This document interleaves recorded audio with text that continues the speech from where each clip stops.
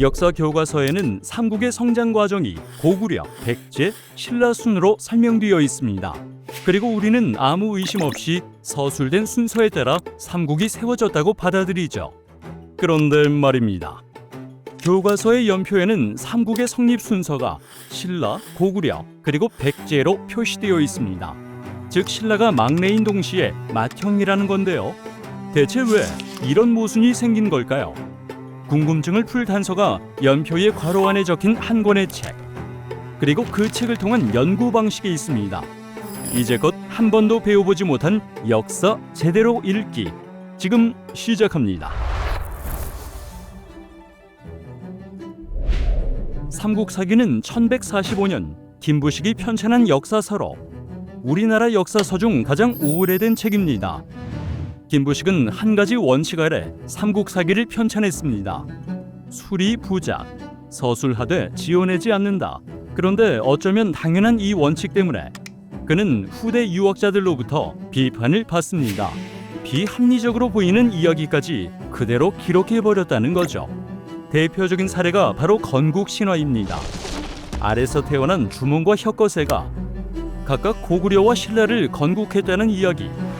공자는 괴력난신을 말하지 않았다. 이 원칙과 어긋나 보이는 삼국사기의 내용을 유학자들이 받아들이긴 어려웠던 거죠. 어쩌면 김부식은 조금 억울했을지도 모릅니다. 그는 신화의 내용을 그대로 옮기지 않고 유학자로서 감당할 수 있는 만큼만 남겨 합리적으로 고쳐 썼는데요. 김부식의 술은 있는 그대로 적는 것이 아닌 합리적으로 고쳐 쓰는 술이었던 거죠. 그런데 삼국사기에는 신화 말고도 쉽게 납득하기 어려운 내용이 등장합니다.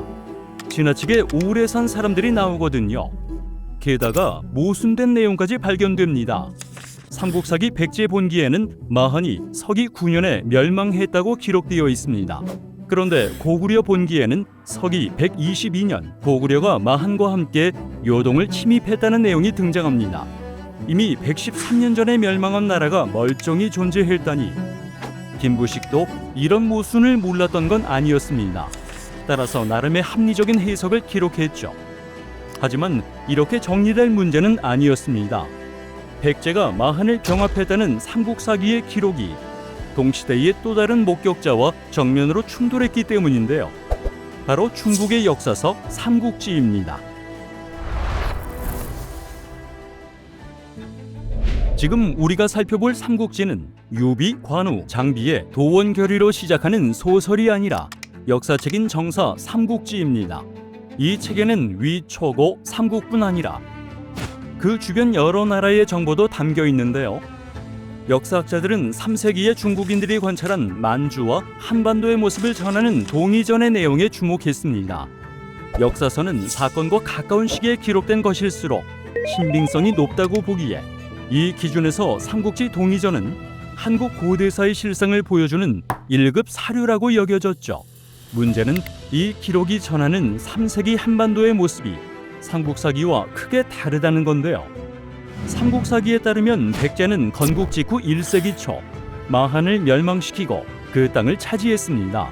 하지만 삼국지 동의전에는 3세기 중반까지도 마한이 존재하며 50여 개 소국으로 이루어져 있다고 되어 있습니다. 백제는 그중 하나에 불과했던 것입니다.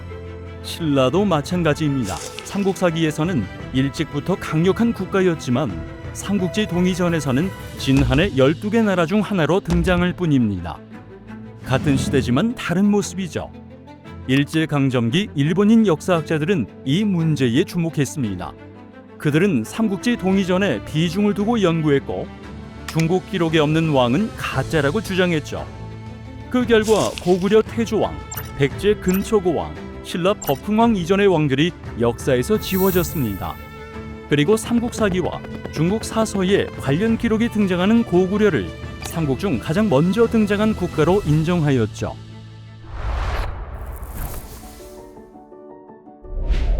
그렇다면 삼국사기의 초기 기록은 정말 사실과는 거리가 먼 조작일까요? 그리고 진실을 전하는 기록은 삼국지 동의전뿐일까요? 대답은 둘 다 아니오입니다. 역사학자들은 삼국사기 초기 기록과 삼국지 동의전 모두 각각의 한계를 가지고 있다고 생각합니다. 중요한 것은 서로 다른 성격의 기록들을 교차 비교하며 읽어서 각각의 한계를 채우는 것입니다. 이것을 우리는 사료 비판이라고 부릅니다. 지금의 교과서 내용에 보이는 삼국의 건국 순서는 한국 학계의 연구 성과를 반영한 결과입니다. 여러 자료의 교차 검증을 통해 고구려의 건국 과정을 재구성했고, 그 결과 고구려가 삼국사기에 기록된 것보다 더 이른 시기에 성립했음을 확인할 수 있었죠. 역사학자들은 이처럼 우리 역사의 진실에 접근하기 위해 기록을 들추고 있습니다. 사료 비판이라는 질문의 모습을 한 도구를 가지고요. 기록 너머로 멈추지 않고 던지는 질문. 그 속에서 역사는 조금씩 진짜 모습을 드러낼 것입니다.